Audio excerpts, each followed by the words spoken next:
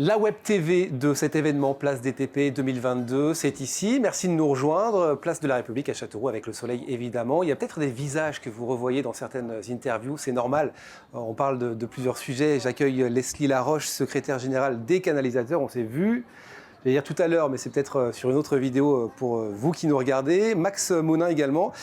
Vous venez pour nous parler aussi de gaz, vous faites partie de la commission de gaz du syndicat des canalisateurs. On a parlé de l'eau avec vous tout à l'heure. Leslie, on va parler du gaz parce que c'est important. Je rappelle que les canalisateurs sont spécialistes de la construction de réseaux de gaz. Je vais donner quelques chiffres sur les réseaux de gaz qui représentent aujourd'hui 35 000 km de gazoducs sur le territoire français, 195 000 km de canalisation. Est-ce qu'on pourrait faire un état des lieux justement sur le gaz aujourd'hui? Quels sont les enjeux?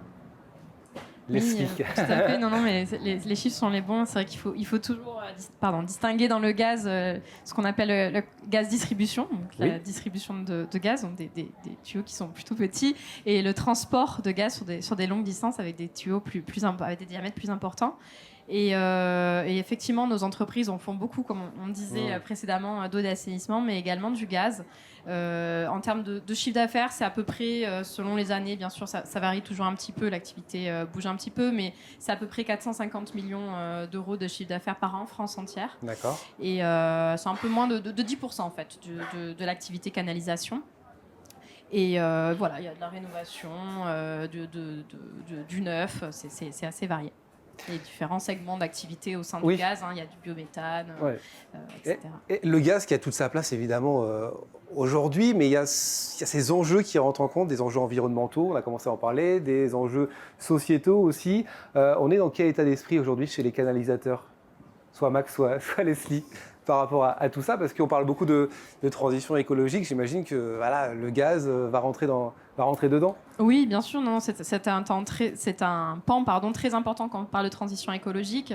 On parle notamment de le biométhane. C'est vrai que c'est une énergie qui est finalement très intéressante en termes d'émissions de gaz à effet de serre et de l'impact carbone qu'elle représente, qui permet d'ailleurs de réduire aussi notre dépendance énergétique vis-à-vis de d'autres pays. Donc c'est quelque chose qui est très important. On parle beaucoup d'hydrogène aussi en ce moment. Et là, nos entreprises aussi ont une carte à jouer sur l'hydrogène. Ouais. Et on parle aussi de biogaz. Alors je ne sais pas où ça en est à ce niveau-là. C'est quelque chose à développer. C'est vraiment, on peut vraiment mettre ça en place ou c'est encore un stade Alors actuellement, le biogaz a bien démarré. Donc c'est des investisseurs privés qui font des digesteurs, des usines pour créer ce biogaz. Donc beaucoup d'agriculteurs ou de déchetteries sont en train de se mettre au biogaz. Et derrière, GRDF reprend ce gaz-là et je dirais que c'est quand même... je crois que c'est 1000 kilomètres qui ont été posés l'année dernière. Donc c'est vraiment quelque chose qui est parti, c'est parti. On commence on se raccorde sur le réseau existant. Donc finalement, ce biogaz est mélangé au gaz, on va dire, d'Ukraine ou d'Algérie, mais vient prendre une part de plus en plus importante dans les tuyaux, dans nos tuyaux. Ouais. Je sais que Bourges est une ville qui est déjà bien équipée en biogaz, parce qu'on a fait beaucoup de travaux sur les raccordements. Donc vraiment, c'est un des gros investissements de GRDF en ce moment. C'est vrai qu'on parle beaucoup de gaz en ce moment, de par aussi la crise en Ukraine. Vous êtes totalement concerné forcément sur ce sujet. Est-ce que, et c'est peut-être la question que se posent beaucoup de gens, est-ce qu'un jour on peut être dépendant au niveau du gaz ou ça va demander des années?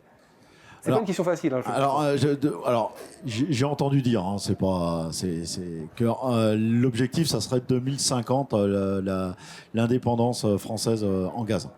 Ouais. Et ça passe par quoi, le biogaz notamment? Que par le biogaz, ouais. Ah, okay. C'est-à-dire utiliser nos déchets, déjà organiques, pour créer du gaz. Nos déchets de nous, les déchets générés par l'élevage, générés par l'agriculture. Donc vraiment, et en plus, ça devient une ressource supplémentaire pour nos agriculteurs. Et actuellement, c'est ceux qui ont investi dans le biogaz, ce sont des agriculteurs qui vivent mieux, quoi. Là, on est vraiment dans le local. Hein. C'est des déchets qui sont là, sur place, qui sont transformés sur place. Donc, c'est même pas du national, quoi. C'est du local. Il y a des métiers qui vont se mettre aussi en place de par cette volonté, encore une fois, de jouer sur l'environnement. On parlait des métiers en tension, mais chez vous, chez les canalisateurs, ça se passe comment par rapport au gaz ? Nous, il y aura des métiers, effectivement, de construction de réseaux, des soudeurs, des gens qui utilisent des pelleteuses, des choses comme ça. Donc il y aura vraiment, tous nos métiers sont impactés par ces investissements de GRDF. Et donc effectivement en tension, le soudeur, ça commence à être un peu en tension. Soudeur PE, mais surtout soudeur acier.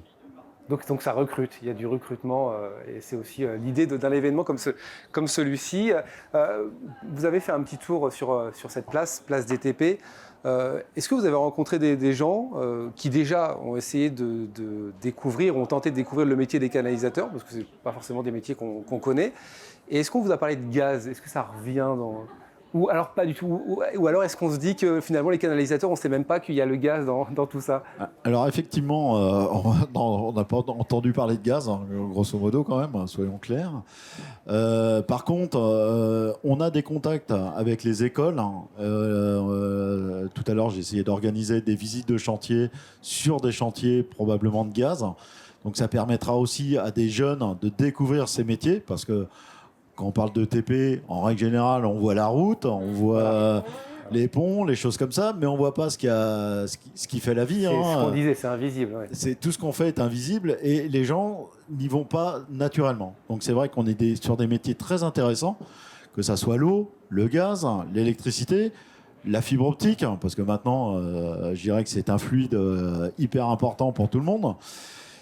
C'est des métiers techniques, intéressants, avec un vrai savoir-faire et d'avenir. Ouais. Donc, faut venir chez nous pour avoir un métier d'avenir. Voilà. Ouais. Et justement, l'une de vos missions, Leslie, c'est d'informer, de communiquer sur tout ça. Ça fait partie de vos missions ? Oui, tout à fait. Hein. Autant pour l'eau potable, pour l'assainissement, mais le gaz, tout à fait, ça fait partie des métiers qu'on cherche à promouvoir. Et puis, je pense que la nouvelle génération est quand même assez sensible aux enjeux environnementaux. Donc, c'est aussi un moyen d'y participer. Bon, merci en tout cas de vous être arrêté. On pourrait parler évidemment du gaz pendant très longtemps. Il y a plein de choses à dire. Et l'idée, c'était aussi de montrer ce que font les canalisateurs. Donc merci à vous deux de vous être arrêtés. Il y a les autres interviews. Si vous souhaitez revoir l'interview complète de Leslie ou de Max, eh bien n'hésitez pas sur notre chaîne YouTube. On se retrouve très bientôt. Merci d'être avec nous sur Place DTP TV.